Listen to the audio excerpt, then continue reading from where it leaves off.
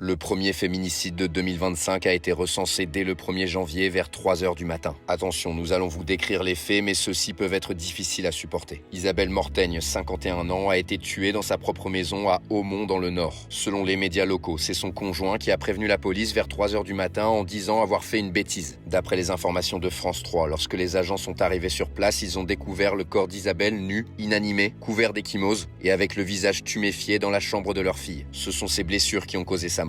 Le conjoint a été arrêté par la police et placé en garde à vue. Selon La Voix du Nord, il aurait dit l'avoir tué. Prénommé Dimitri et âgé de 49 ans, cet homme ne présentait aucun antécédent judiciaire d'après France 3. Mis en examen pour homicide volontaire, il a été placé en détention provisoire et risque désormais la réclusion criminelle à perpétuité. Selon le gouvernement et le collectif Nous Toutes, le meurtre d'Isabelle Mortaigne est le premier féminicide recensé en 2025. Dans une interview accordée à France Inter, la ministre de l'Égalité entre les femmes et les hommes, Aurore Bergé, s'est dite interpellée par le fait qu'un communiqué de presse officielle mentionne la vie supposée de la victime. Aurore Bergé fait référence à une prétendue affaire d'adultère évoquée par les autorités et relayée par certains médias. On n'interroge jamais le passé de la victime. C'est pas ça qui nous importe. Peu importe son passé, ce qu'elle ait fait ou ce qu'elle n'ait pas fait, ce qui compte, c'est qu'elle a été assassinée. Ce qui compte, c'est de comprendre comment ça a été rendu possible dans notre société. Peu importe son passé, peu importe son présent, ce qui compte, c'est l'auteur. C'est comment dans notre société en France en 2025, on a encore des hommes qui passent à l'acte, qui frappent, qui violentent. Isabelle Mortaigne était aide à domicile depuis une vingtaine d'années, notamment à Maubeuge. Elle avait 2 enfants âgés de 19 et 24 ans. On précise qu'une cagnotte en ligne a été lancée par un proche de la famille.